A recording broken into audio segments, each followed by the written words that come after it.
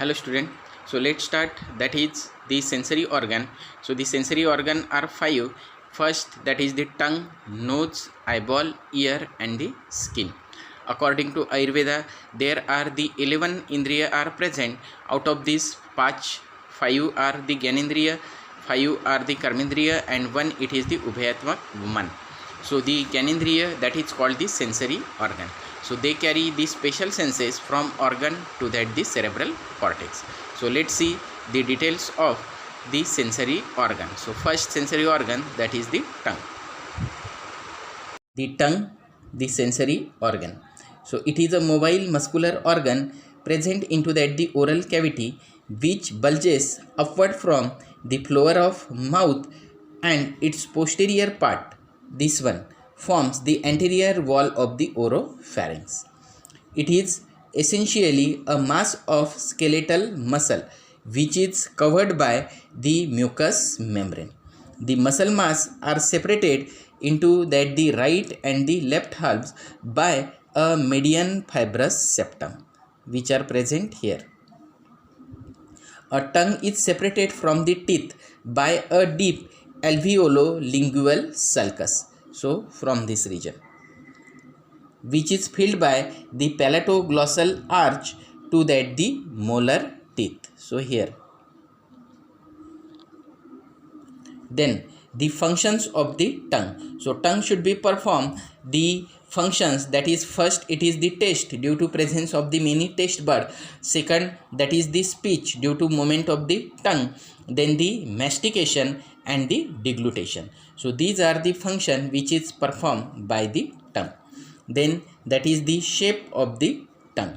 The tongue is a conical in shape, being elongated posterior-anteriorly and flattened dorso-ventrally. Then the external features of the tongue. The tongue should be divided into, that is the root, then that is the tip, and remaining part it is called the body. So let's see first, that is the root of the tongue. So the root of the tongue are attained a mandible and the hyoid bone, or it should be attached to the hyoid bone and the mandible by muscles, and it is because of this attachment the tongue it is not swallowed during the deglutition. The nerve and the vessels of the tongue enter throughout this root. Then the tip. So this one, the anterior free end of the tongue which comes in contact with the central incisor. So it is called the tip. And the remaining part, large part of the tongue, it is called the body. So the bulk of the tongue between the root and the tip, it is called the body. It has dorsal and ventral surface. So and the right and the left lateral margin. So dorsal surface, this one, the ventral surface and the right and left margins. So these two. Let's see, that is the dorsal surface of the tongue.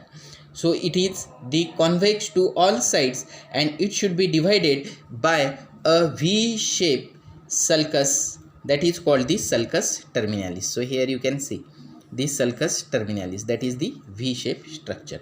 So because of the V-shaped structure, the dorsum of the tongue, it should be divided into that the two parts, that is anterior 2/3 part, it is called the oral part, and posterior 1/3 part, it is called the pharyngeal part. Then the apex of the sulcus terminalis, it is marked by the foramen. So here, that is called the foramen cecum. So this one, which indicates the point of the origin of the median thyroid diverticulum, that is the hypoglossal duct in the embryonic life. Then the feature of differed marked by the oral and the pharyngeal part. So first, that is, this is the oral part of the tongue. So it shows a median furrow representing the bilateral origin of the tongue. So here you can see this is the median furrow. Then a large number of the papillae. So here these papillae are present. The pharyngeal part, it represents the large number of the lymphoid follicle. This one. and a large number of mucus and the serous gland. So this one. So let's see, that is the oral part, detailed structure of the oral part of the tongue. So the dorsum of the oral part present a shallow median furrow, this one, or the groove. The mucous membrane, it is moist and pink, and it appear a velvety appearance due to presence of the number of the papillae. Then the projection of the lamina propria of the mucous membrane, which covered with the epithelium, and the following four types of the papillae are present. So first papillae, that is the valate papillae. So here you can see, that is the valate papillae. So the valate papillae, these are the largest, that is near about 1 to 2 mm in the diameter and 8 to 12 in numbers. So here, and they are arranged a V-shaped row in front of the sulcus terminalis. Each papillae, it is like a truncated cone surrounded by a circular sulcus, which is bounded on a periphery by the wall of the velum. The duct of the serous gland open into that the sulcus, and the taste buds are found in the papillae and its velum. Then the next papillae, that is the filiform papillae. So here you can see, that is, these are the filiform papillae, this one. So the filiform papillae, these are the narrowest and the most numerous.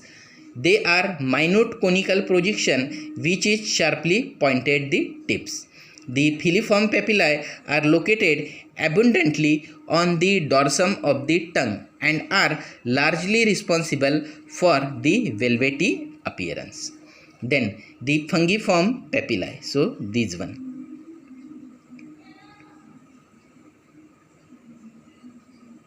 These. So the fungiform papillae have a red rounded head about 1 mm in diameter and the narrow base. Mostly at the apex and the margin of the tongue, these papillae are present, while some are scattered over the dorsum of the tongue.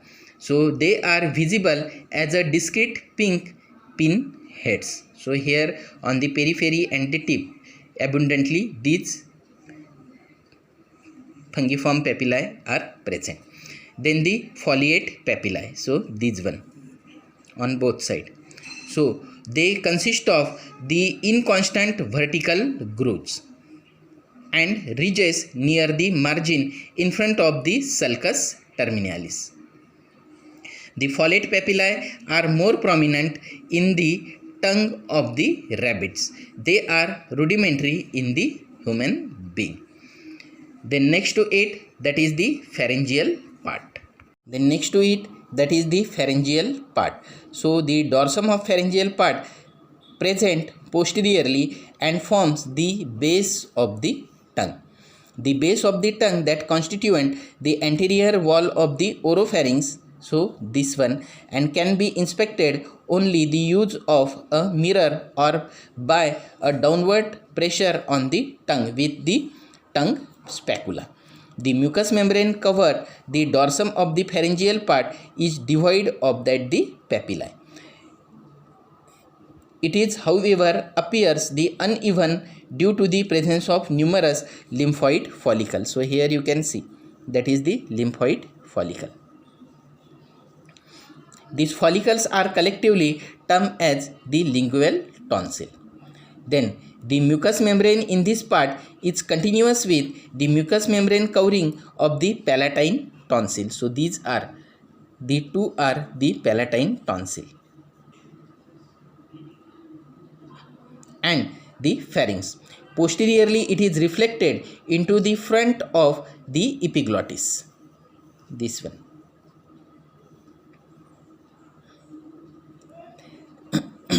So the in relation with that the epiglottis, it should be form the three-fold of the mucous membrane. So one is, that is the median fold, it is called the median glossoepiglottic fold. So this one.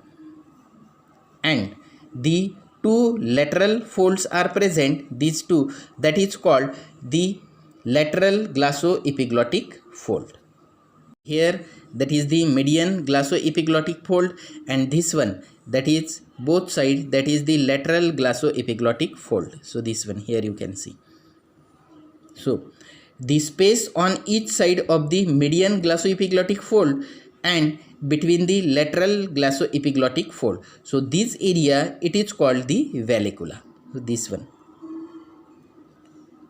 After then, let's see, that is the ventral or the inferior surface of the tongue. So here the inferior surface of the tongue. The inferior surface of the tongue is situated in the oral cavity only. The mucous membrane lining in this surface, it is very much thin, smooth and the purplish. It is reflected into the floor of the mouth. The under the aspect of the tongue present the features. So first, that is the frenulum linguae. So here this one. So the frenulum linguae, it is a median fold of the mucous membrane connecting the tongue to that the floor of the mouth. So that is the median frenulum. So this. Then the deep lingual veins. So this one, blue color here. So deep lingual veins may be seen through the mucous membrane on the either side of the frenulum linguae. This one. Then third one, that is the plica fimbriata. So this one. These two lateral folds which is present lateral to that this lingual veins.